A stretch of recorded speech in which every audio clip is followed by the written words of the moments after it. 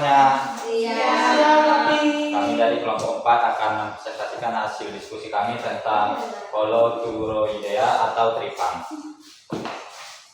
Yang beranggotakan saya dari Fernando Purba, Saya Radita. Saya Maria Febrian. Nah, jadi apa itu Holoturoidea? Jadi kelompok hewan laut yang dikenal sebagai tripang atau ketimun laut. Nah, hewan ini memiliki tubuh berbentuk silindris dengan kulit yang lunak dan halus. Berbeda dengan bintang laut yang memiliki lengan dan duri. untuk ciri-ciri morfologi dari tripang ini, yang pertama itu tripang itu memiliki tubuh yang silindris dan lunak dengan mulut di ujung anterior dan anus di ujung posterior. Lalu di sekitar mulut tripang ini terdapat tentakel yang berfungsi untuk menangkap makanan. Tentakel ini bervariasi jumlahnya antara 8 sampai 30 tentakel. Terus untuk kulit dari Holoturoidea ini itu halus, lembut dan fleksibel, tanpa lengan ataupun duri seperti bintang laut. Hewan tripang ini juga dapat beregenerasi di bagian tubuh yang hilang sebagai bentuk mekanisme dari pertahanan diri. Selanjutnya ada habitat dan penyebaran.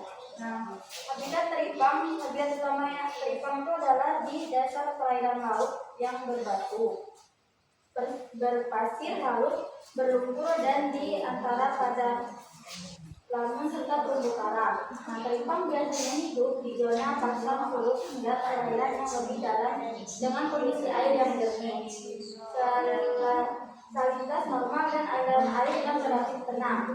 Mereka sering ditemukan hidup berkelompok di lingkungan yang bebas polusi dan memiliki substrat yang kaya nutrisi, seperti pasir bercampur lumpur dan pecahan karang. Nah, untuk penyebaran tripang di Indonesia meliputi hampir di seluruh perairan pantai utama seperti di Madura, Bali, Lombok, Bengkulu, Bangka Belitung, Nusa Tenggara, dan Papua. Nah, tripang tersebar secara luas dengan preferensi habitat di perairan yang memiliki substrat berpasir, pecahan karang, dan padang lamun. Ada sekitar 53 spesies tripang yang ditemukan di Indonesia, terutama di genus Holothuria, Theophilus, dan Muellaria. Jenis Holothuria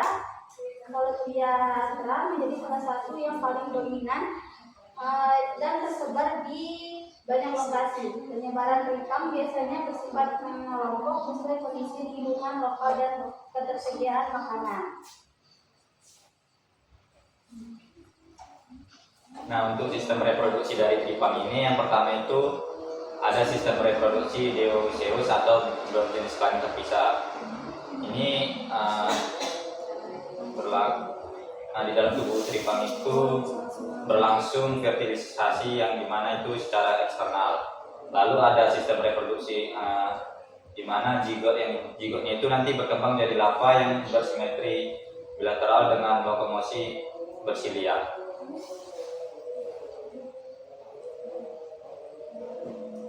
Selanjutnya itu ada tripang sebagai sumber pangan.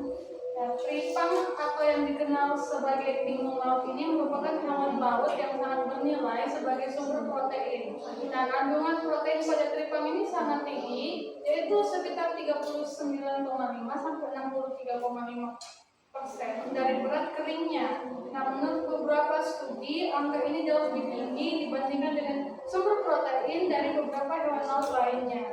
Selain protein, tripang ini juga mengandung asam amino esensial yang sangat penting untuk pertumbuhan dan kesehatan manusia.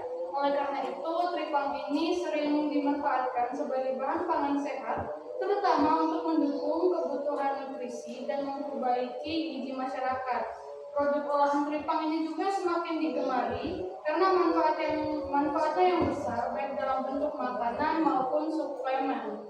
Tripang juga bukan hanya diminati di Indonesia, tetapi juga banyak diekspor ke berbagai negara, khususnya di Asia, sebagai komoditas bernilai ekonomi gizi dan bahan pangan yang bergizi.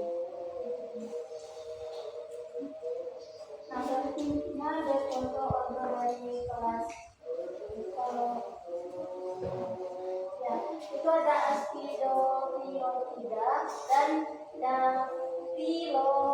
Hirotida, yang dimana spesies ini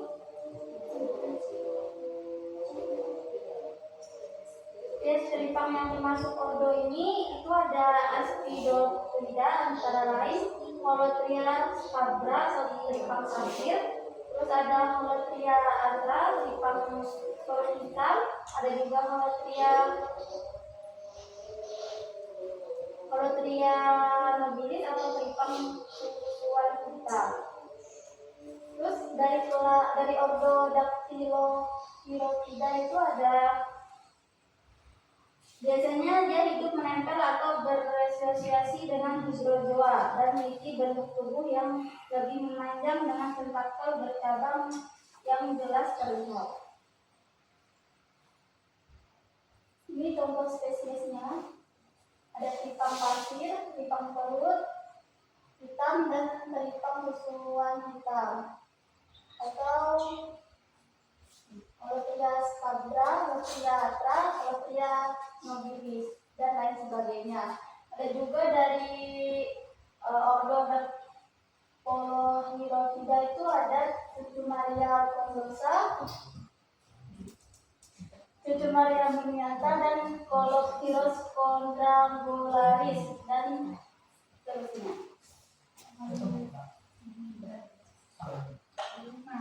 Jadi teripang ini hewan laut yang bertubuh lunak dan silindris. Mereka ini berperan penting dalam ekosistem sebagai penguatkan detritus yang membantu proses daur ulang bahan organik di dasar laut. Teripang ini menyebar luas di perairan tropis dan subtropis dengan berbagai jenis dan spesies yang memiliki adaptasi untuk bertahan hidup di lingkungan yang berbeda.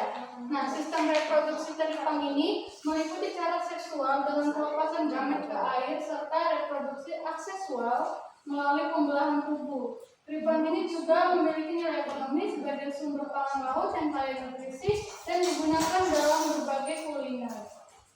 Morfologi unik dan kecanggihannya ini dalam beradaptasi membuat teripang ini menjadi salah satu biota laut yang menarik untuk dipelajari dan dilestarikan.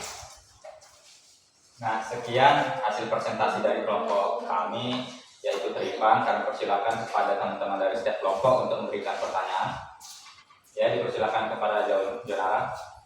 Faktor apa saja yang dapat membuat teripang hidup dengan nyaman di suatu tempat? Pertanyaannya kami tampung terlebih dahulu. Dan lanjutkan dari kelompok lain. Kelompok 2, 4, dan 5. 2, 3, dan 5.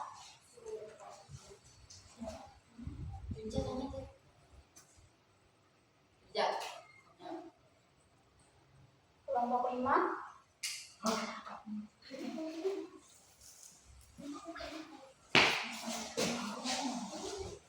Saya dari kelompok 5 ingin bertanya tentang teripang sebagai sumber pangan.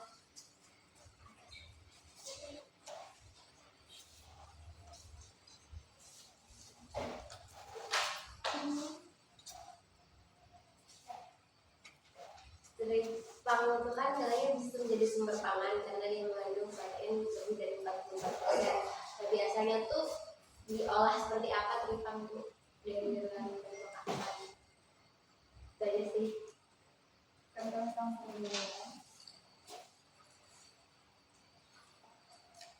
Apakah ada lagi?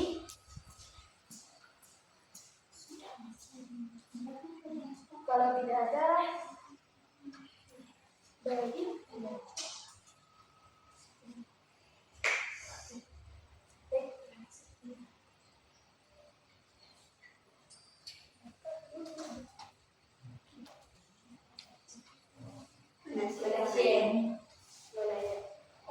Silakan kepada saudara Manase. Saya ingin bertanya bagaimana cara kita memelihara sembunyi di dalam anus teripang.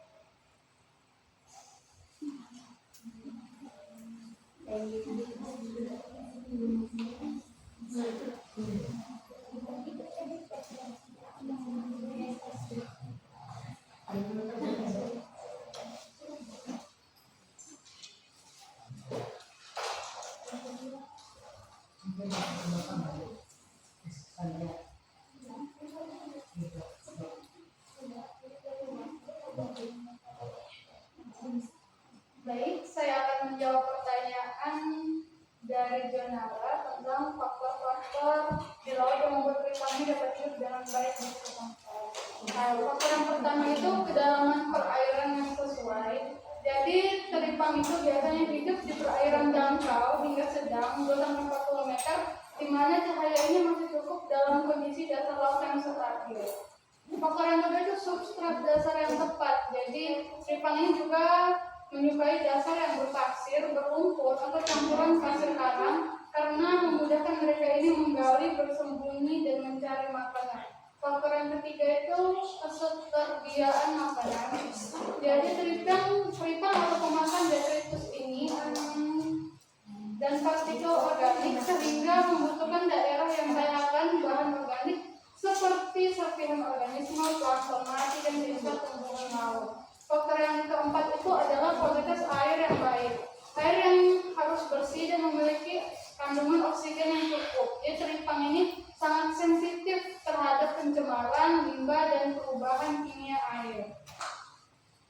Nah, faktor yang kelima ini ada arus laut yang tidak terlalu kencang.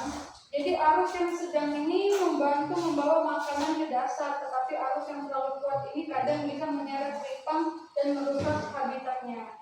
Dan faktor yang terakhir itu adalah keamanan habitat. Jadi teripang juga membutuhkan tempat yang relatif aman dari predator dan gangguan seperti daerah berkarang, padang lamun, atau kawasan dengan perlindungan alami.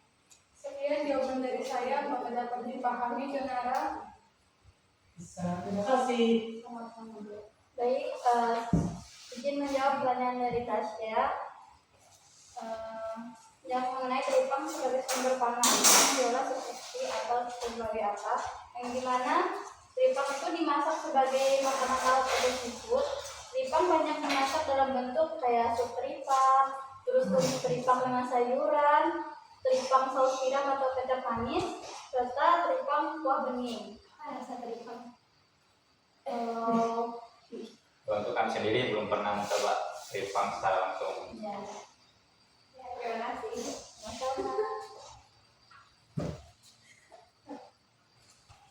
Baik, selanjutnya saya akan jawab pertanyaan dari saudara Manasih, yaitu tentang bagaimana cara ikan mutiara itu bersembunyi di anus teripang, benar kan? Ya. Untuk yang pertama, alasan ikan mutiara itu masuk ke anus teripang kan itu untuk mencari tempat berlindung. Jadi nanti ikan mutiara ini masuknya itu awalnya itu apa namanya, ikan itu nanti menyentuh area anus teripang itu. Jadi nanti awalnya ikan itu nanti mengendus ataupun menyentuh anus teripang, di mana ikan mutiara itu mau memastikan apakah anus teripang itu aman. Jadi nanti ikan mutiara itu akan masuk menggunakan ekornya terlebih dahulu hingga nantinya seluruh tubuhnya masuk ke anus teripang. Jadi ikan mutiara ini masuk ke anus teripang itu bukan sebagai parasit, tapi hanya sekedar menumpang, tetapi tidak merugikan teripang itu sendiri. Dan teripang pun tidak keberatan anusnya itu dimasukin ikan mutiara. Terima kasih. Apakah saudara Manasih dapat memahaminya? Ya, dengan Terima kasih saudara Manasih. Sekian hasil presentasi kami dari kelompok 4. Terima kasih. Yeah, Bobby Valentino.